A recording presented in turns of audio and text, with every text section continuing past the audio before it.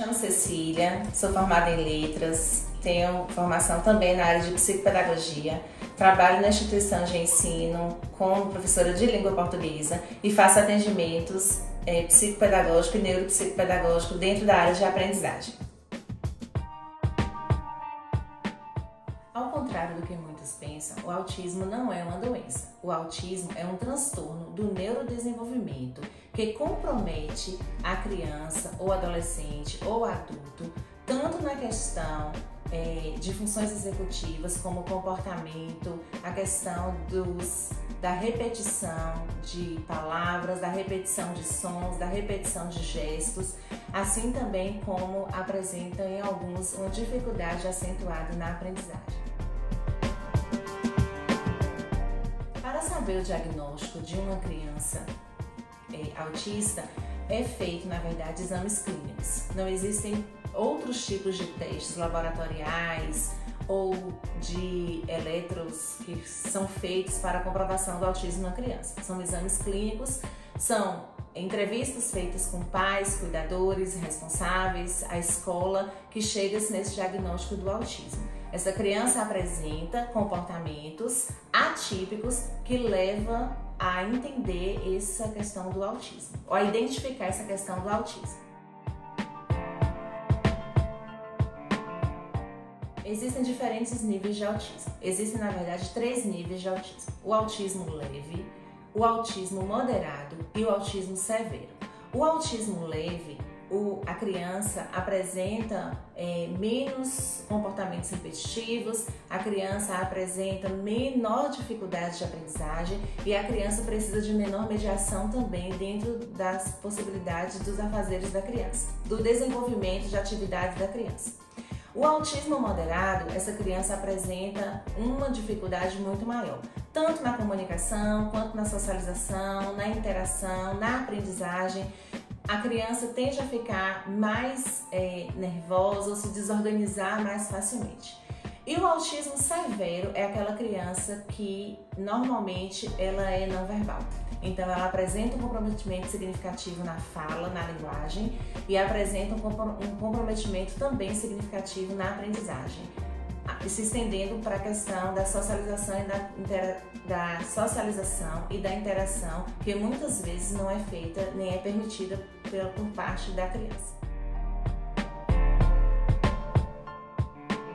Não existe estudos que comprovam cientificamente a causa do autismo. Existem algumas questões científicas que dizem que os fatores genéticos contribuem para a formação de um sujeito autista. Há hipóteses que apontam que o autismo ele é mais frequente no público masculino, porque alguns cientistas entendem, nos seus estudos aí, que os homens eles têm um cromossomo apenas e as mulheres têm 2 cromossomos, e por este fator alguns estudos desencadeiam para que o sexo masculino seja maior acometido da questão do autismo. É importante que assim que o diagnóstico for fechado, que as terapias sejam também iniciadas imediatamente. Porque quando essa criança recebe os estímulos de forma correta, ela consegue desenvolver as habilidades esperadas para a idade e série que elas estão inseridas. É muito importante que uma criança que tem um diagnóstico de autismo faça parte de uma terapia multidisciplinar, onde tenha fono, onde tenha terapeuta ocupacional, psicólogo, psicopedagogo e de extrema importância também a avaliação do neuropediatra. Além disso, também se faz necessário que a escola tenha uma adaptação curricular voltada para a necessidade dessa criança e também que esse ambiente seja organizado para essa criança. Uma vez que nós temos crianças autistas que têm a hipersensibilidade tanto auditiva como olfativa e algumas situações que não são organizadas pelo ambiente que eles convivem causam neles uma desorganização.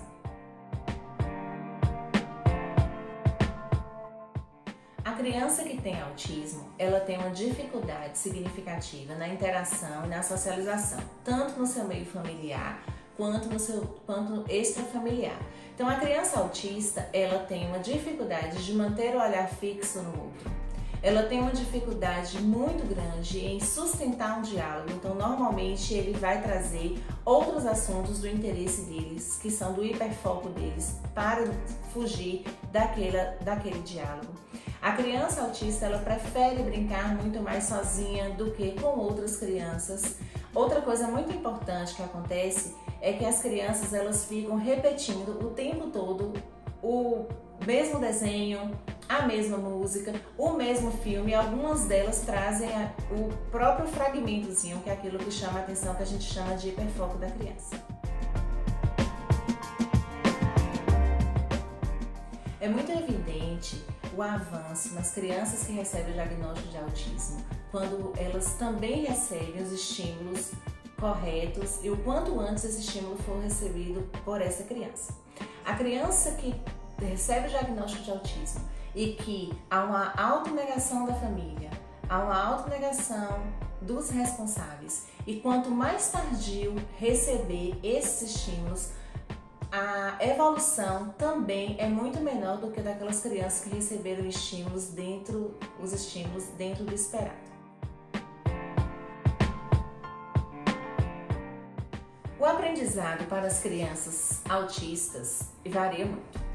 Inclusive, as crianças que são típicas também aprendem de formas diferentes. Então, as crianças autistas, elas têm um tempo maior para este aprendizado. Lembrando que nós temos 3 níveis de autismo e a adaptação curricular tem que ser feita para a necessidade de cada uma dessas crianças. Então, se eu tenho uma criança que tem um autismo severo, ela não tem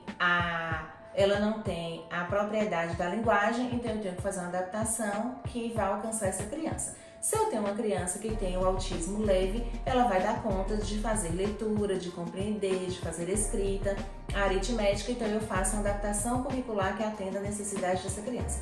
Toda adaptação curricular é feita de acordo à necessidade da criança. Por isso que é importante a parceria de escola, pais e terapeutas para que a adaptação seja feita de forma correta. Há uma diferença significativa entre a família que descobre o autismo na criança na primeira infância e que essa criança recebe os estímulos corretos para desenvolver tanto no campo da comunicação, quanto da interação, quanto da aprendizagem, e de um adolescente que descobre o autismo, digamos, em um período já tardio, pois os estímulos serão outros e, infelizmente, vai ter já uma lacuna tanto no campo da interação quanto no campo da aprendizagem, que a gente pode não conseguir resgatar de forma eficiente.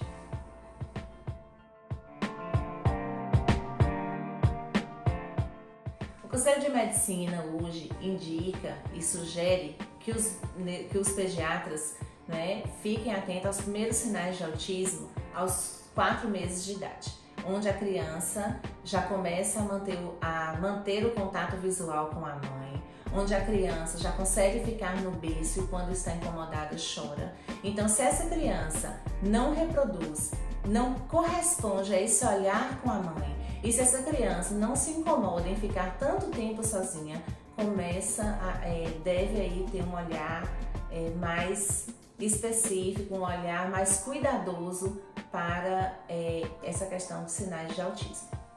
Esse diagnóstico, na verdade, ele só é fechado quando a criança tem 2 anos, 2 anos e meio, porque aí apresenta também um atraso de linguagem, essa dificuldade toda com a questão da interação e da comunicação, da socialização, dividir os brinquedos, a questão do brincar, e aí a partir daí é que se fecha um diagnóstico mais preciso do autismo. Mas os primeiros sinais, eles começam lá atrás, ainda na fase do bebê.